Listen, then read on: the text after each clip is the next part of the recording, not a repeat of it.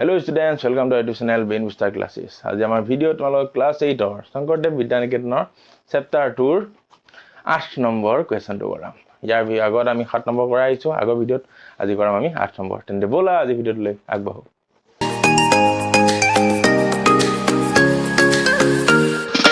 তো চোৱা, first of all 8 number কি দিছে? দুটা পূৰ্ণ সংখ্যাৰ অনুপাত 3:5।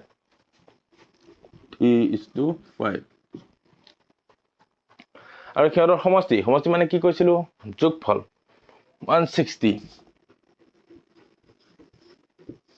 এটা মেইন বস্তু দিয়া। তেন্তে সংখ্যা দুটা কি কি? এতিয়া অনুপাত মানে কি আছে? যে কোন দুটা সংখ্যাৰ তুলনা কৰা হৈছে।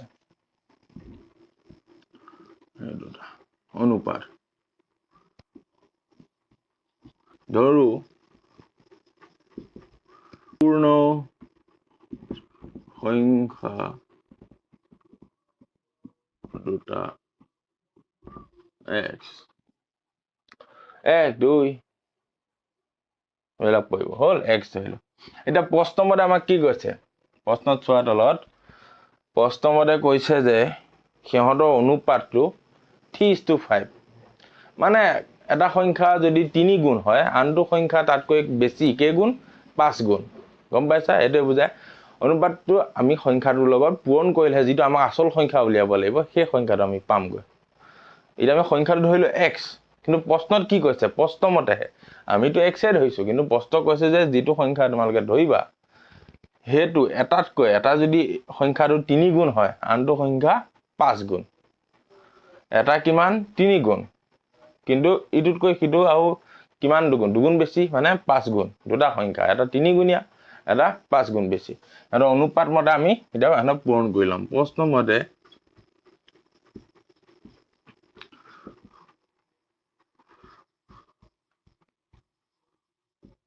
সংখ্যা দুটা কিমান অনুপাত?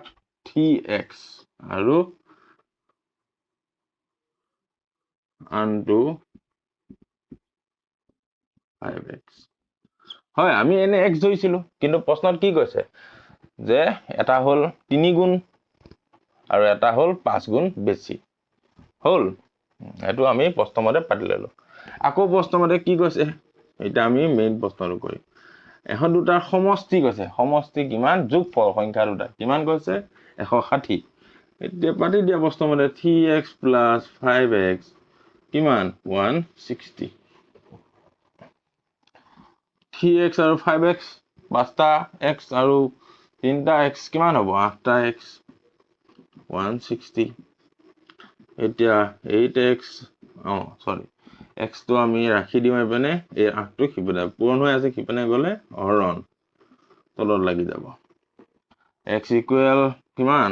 8 16 দুবাৰ আৰু শূন্যটো নামি আহিল। ঠিক আছে, 20। x ইকুৱেল 20 পালো। এটা কিমান? সংখ্যাটো আমি পাই গলো 20, কিন্তু আমাৰ প্ৰশ্নমতে কি কৈছিল? প্ৰথম সংখ্যাটো 3 গুণ বেছি হ'ব লাগিব। এটা প্ৰথম পূৰ্ণ সংখ্যাটো দেই, পূৰ্ণ সংখ্যাটো প্ৰশ্নমতে কি আছিল? 3x। এতিয়া 3 পূৰণ x ৰ ভ্যালু কিমান পাতিম? 20 60 হল। আৰু আনটো কিমান আছিল?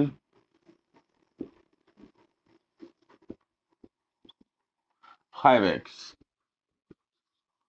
5 পূৰণ 20 x ৰ ভ্যালু পাতি দিছো 100 হল। এইটো দুটা সংখ্যা পাই গলো। এতিয়া চোৱা, তোমালোকক 3:5 যে দি থৈছিল অনুপাতটো 3:5, এইটো তুলনা কৰে দুটা সংখ্যাৰ মাজত, আৰু সিহঁতৰ এইটো যেটো দিয়া থাকে এটা লঘিষ্ঠ আকাৰ দিয়া থাকে, সৰু আকাৰটো মানে। এতিয়া আমি সংখ্যা দুটা ৰিয়েলত কিমান পালো? 60 আৰু 100। চোৱা 60:100। এতিয়া 2 দুইটাকে কাটিব পাৰি, হয়। 2 কাটিলে 30, 2 কাটিলে 50। আৰু ডাইৰেক্ট তোমালোকক 0 0 মই কাটি দিয়া নাই, কাটি দিবও পাৰা। ইয়াত নাকাটিলো। 2 কাটিলে কিমান? 15, 2 কাটিলে 25। এতিয়া 5 যাব দুইটাকে, 5 15 কাটিলে 3, 5 25 কাটিলে 5।